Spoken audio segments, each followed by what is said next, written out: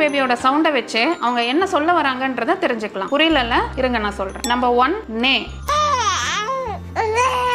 இந்த சவுண்ட் வரதுக்கான ரீசன் என்னன்னா பேபியோட டங் ரூஃப் ஆஃப் த மவுத்தை டச் பண்ணும். ஃபீடிங் டைம்ல மட்டும் தான் உங்க பேபி இந்த மாதிரி பண்ணும். ஸோ அப்படி பண்றப்போ குழந்தை வந்து ஹங்கிரியா இருக்குன்னு அர்த்தம். நம்பர் 2 ஆவ். மவுத் ரவுண்ட் ஷேப்ல இருந்து யான் பண்ற மாதிரி சத்தம் வரும். இது ஆவ் அப்படின்ற சவுண்ட் வரும். இதுக்கு பேபி ஸ்லீப்பியா இருக்குன்னு அர்த்தம். நம்பர் 3 ஹே.